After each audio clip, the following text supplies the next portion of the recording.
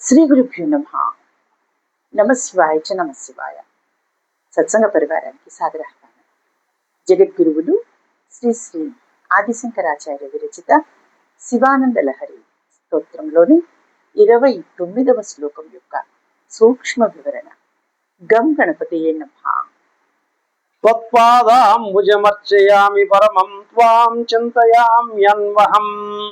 త్వామీశం శరణం వ్రజామి వచసా త్వామేవ యాచే విభో. వీక్షాం మే దిశ చాక్షుషీం సకరుణాం దివ్యైః చిరం ప్రార్థితాం శంభో లోకగురో మదీయ మనసః సౌఖ్యోపదేశం గురు. నమశివాయ చ నమశివాయ.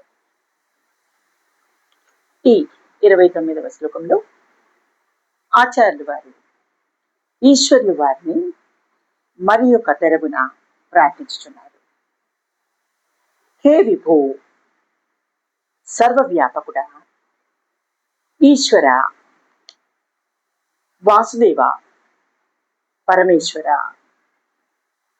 పరమం సర్వోత్కృష్టమైన తత్పాదాంబుజం నీ పాదపద్మములను అర్చయామి, పూజించుచున్నాను. అన్వహం, ప్రతిదినమునను, త్వాం, నిన్ను, శరణం, జనన మరణముల నుండి రక్షించు ప్రభువుగా, వ్రజామి, పొందుచున్నాను. వచస, వాక్కు చేత, త్వామేవ, నిన్నే, యాచే, యాచించుచున్నాను.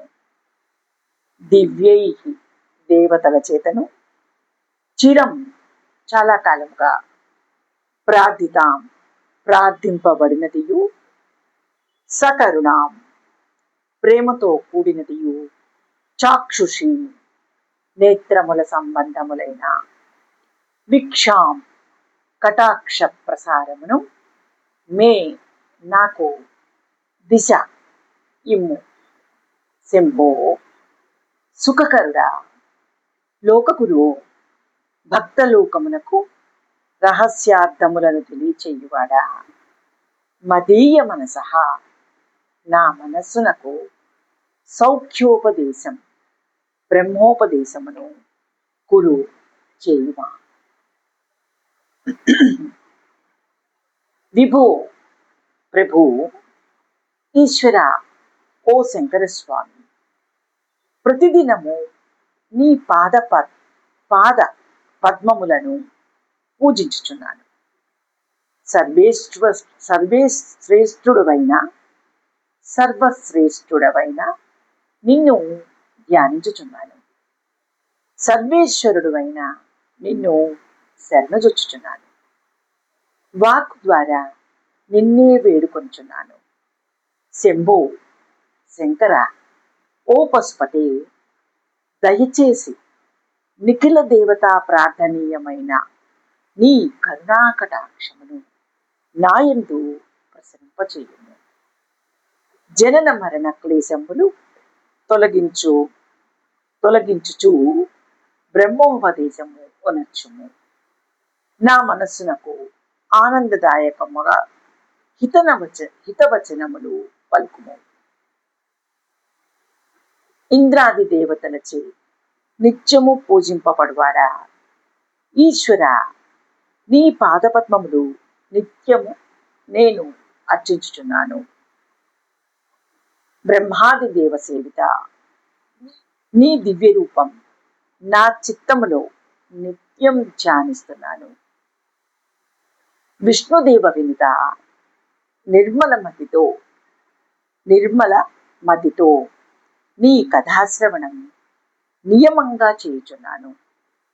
కవీంద్ర సంసేవిత, నీ చరణ నీరజాలు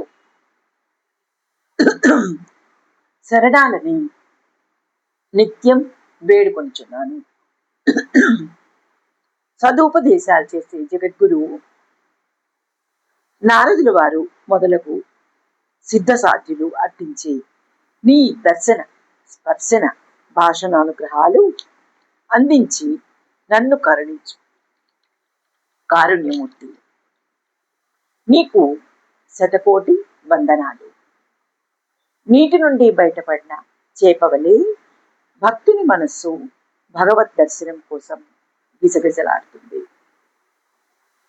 పరితపిస్తుంది, కన్నీరు మున్నీరుగా విలపిస్తుంది. భగవద్ దర్శనాపేక్షిత విరహం లౌకిక దుఃఖాలను నిర్మూలం చేస్తుంది. నిర్మల నిర్వాణ సౌఖ్యానికి సోపానం అవుతుంది.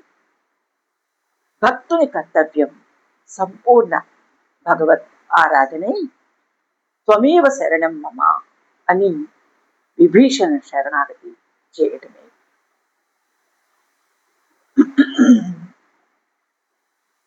ఈ శ్లోకంలో మనోవాక్కాయముల ద్వారా భగవత్ సేవ కర్తవ్యము అనేది విషయము ప్రకటితమైనది.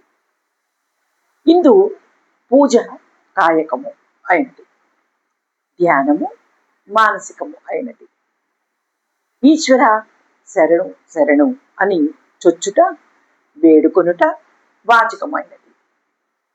త్రికరణముల ద్వారా అనగా మనోవాక్కాయ కర్మల ద్వారా చేయు ఈశ్వర సేవ పవిత్రములగుచున్నది. కానీ మనస్సుకు తృప్తి ఉండదు. భగవంతుని సాక్షాత్తుగా చూడాలని ఇచ్చ కలుగును. ఈ ఇచ్చ అంతకంతకు వృద్ధి పొందింప చేయవలెను. అయినను భగవద్ దర్శనము జరగదు. అందువలన దుఃఖం కలుగును.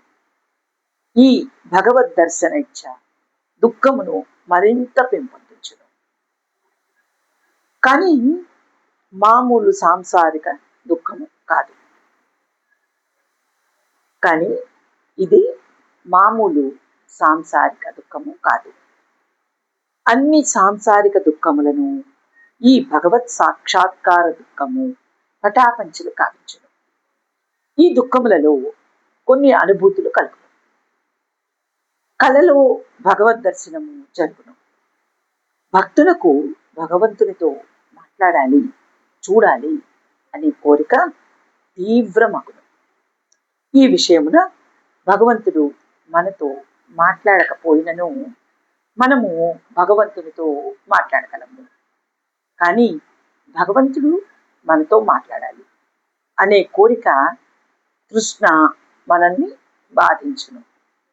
ఇక్కడ శంకరాచార్యులు వారు, ఓ శంకర, నిన్ను శరణు చూచినాను, నీ కనికరము నిండిన కన్నులతో నన్ను చూడుము, నా మనస్సుకు ఆనందము కలుగునట్లు హితవచనములు పలుకుము.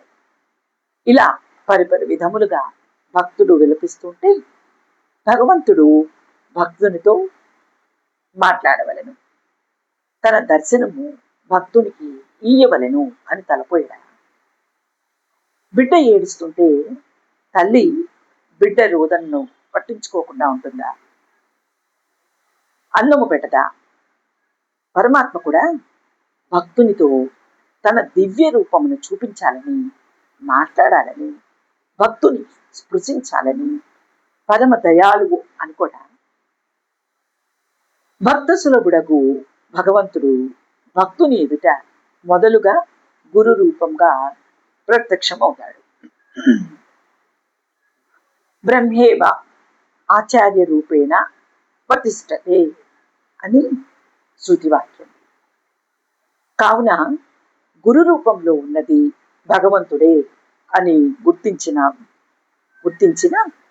భక్తుడు కృతార్థుడవును.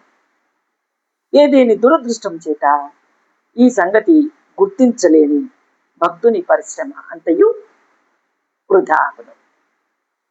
యస్య దేవే పరాభక్తి యథా దేవి తథా గురువు తస్యైతి కథితాహ్యర్థా ప్రకాశంతే మహాత్మనః. దేవుని యందు ఎవనికి గొప్ప భక్తి కలదో గురుదేవుని యందును అంతటి భక్తి కల మహాత్మునికే నిగూఢమైన వేదార్థములు కరతలామకములు అగుచున్నది అని శృతి వచించింది కదా. గురౌ హరౌ చ గురౌ హరౌ చ పరాభక్తి, గురౌ హరౌ చ పరాభక్తి. కర్తవ్య అని గురువునందును హరినందును గొప్ప భక్తి కలిగి ఉండవలనని ఆచార్యులు వారు విష్ణు సహస్రనామ భాష్యమునందు వచించింది. కావున భగవంతుడు గురు రూపంలోనే ఉన్నాడని భావించి గురు సందర్శనే భగవత్ సందర్శనమని భావించి గురు సాన్నిధ్యము సాక్షాత్తు భగవత్ సాన్నిధ్యమని భక్తుడు భావించాలి. గురువాక్యమే భగవద్వాక్యమని, గురు కృపయే భగవత్ కృప అని, గురూపదేశమే భగవత్ ఉపదేశమని భక్తుడు త్రికరణ శుద్ధితో గురువులను పూజించాలి. అప్రత్యక్షముగా ఉండు దేవుని కంటే ప్రత్యక్షంగా ఉండు గురుదేవుని సేవ బహు విశిష్టమైనది. ఏలానగా దేవుని సంబంధము భావనామయము. ఇది ఒక అపరోక్షం.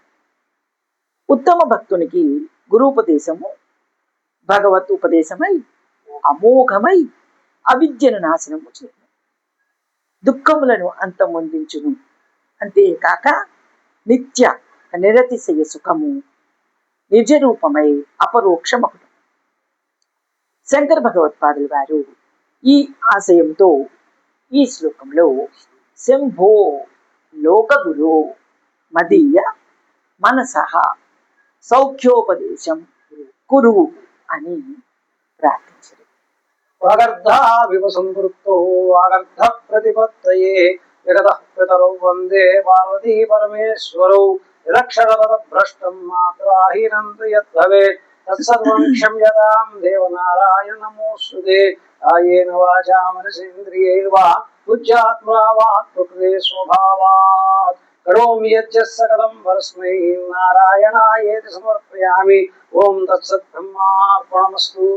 ఇది ఈ శ్లోకం యొక్క సూక్ష్మ వివరణ.